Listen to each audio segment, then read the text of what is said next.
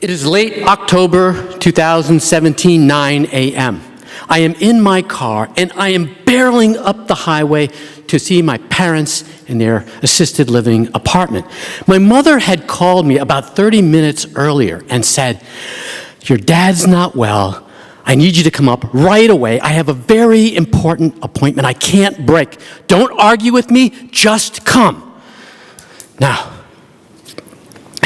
this short, cryptic, one-sided conversation didn't surprise me. My mother often talks to me this way. I mean, we have a very adversarial kind of relationship. But what did surprise me is why she's calling me. I mean, this seems like an important call. My parents are probably sick. My mother has a doctor's appointment. These important calls go to my sisters, Kathy or Bonnie. I mean, I'm the third most favorite child in the family out of 3. And if we include my 2 brother-in-laws, I'm 4th overall. But I get to the apartment, and my father is fully dressed, sitting in his favorite chair, but sound asleep. And my mother's next to him. I say, "Mom, what's going on? Are you sick?" And she says, "No, I can't leave your father alone. And I have my hairdressing appointment this morning. It's a permanent, so it's going to be 2 or 3 hours." And I say, "You got to be shitting me. You had me drive an hour and a half up here through traffic for that? What were you thinking? And by the way, what the hell is a permanent and why does an 88-year-old woman need one?"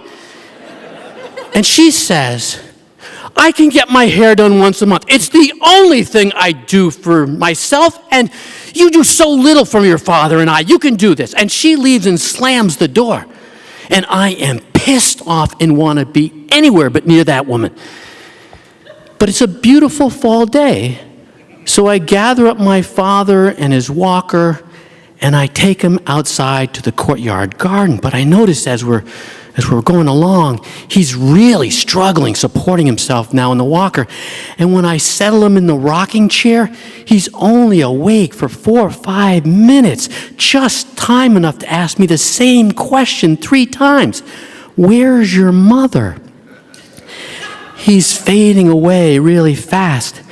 When I get back to the apartment, I confront my mother. You can't take care of Dad by yourself anymore. You need help. Where are my sisters?" And that's when she says, "Your sister Kathy is out of the country for 6 weeks, and I'm upset with Bonnie, and I'm not talking with her. I need your help." Oh my God, this wave of anxiety just flows through my body. For the first time in my life, 62 years without proper training, practice, or mentoring, I have become the favorite fucking child. The go-to loving child, the helpful child. This is the realm of my sisters. But I will not go down as a first-time favorite child failure. I will hire sisters, and I select a home health care agency based solely on its name, Mercy Companions. I give them my credit card number and say, "I need around-the-clock help." But when I tell my mother, she goes ballistic. No outside help. I'm on my own. And that's when my dad's mental health and physical health really starts to deteriorate. He starts getting up in the middle of the night, partially dressing himself, turning on the lights in the apartment, leaving the apartment, looking for my mother without his walker. My mother stops sleeping, afraid he's going to fall or get lost. She's calling me 2 or 3 times a day with a cascading set of problems. I'm visiting at least every other day, trying to help her work together with her, shoulder to shoulder, cooperatively caring for my dad, first dressing him and feeding them, and in a couple weeks, bathing, toileting, and diapering him. My mom is incredibly caring and loving to my father, and she's understanding of me. But I know she can't keep this up. She's exhausted emotionally and physically, but I don't know what to do.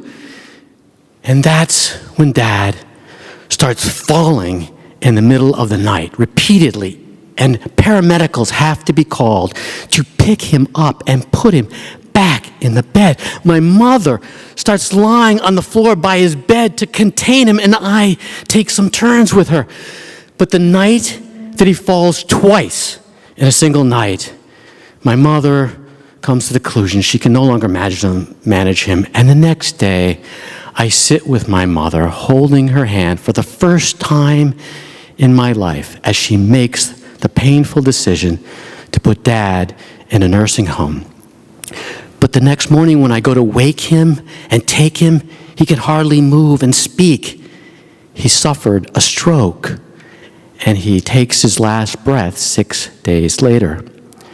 That night, I take Mom to her favorite restaurant, and I'm joined by my 2 sisters who have recently come back into the fold. And I sit across the table from them, and they sit on either side of my mother, so easily holding her hand, caressing her, and talking and reminiscing about the family. And as I see this, I see the universe realigning, going back to its natural state, and me returning to my traditional role as the 3rd most favorite child.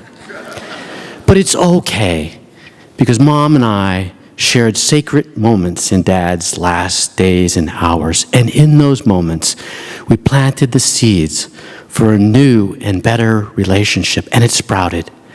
And I learned it's never too late for even our oldest relationships to evolve and grow. Don't give up on them. Thank you.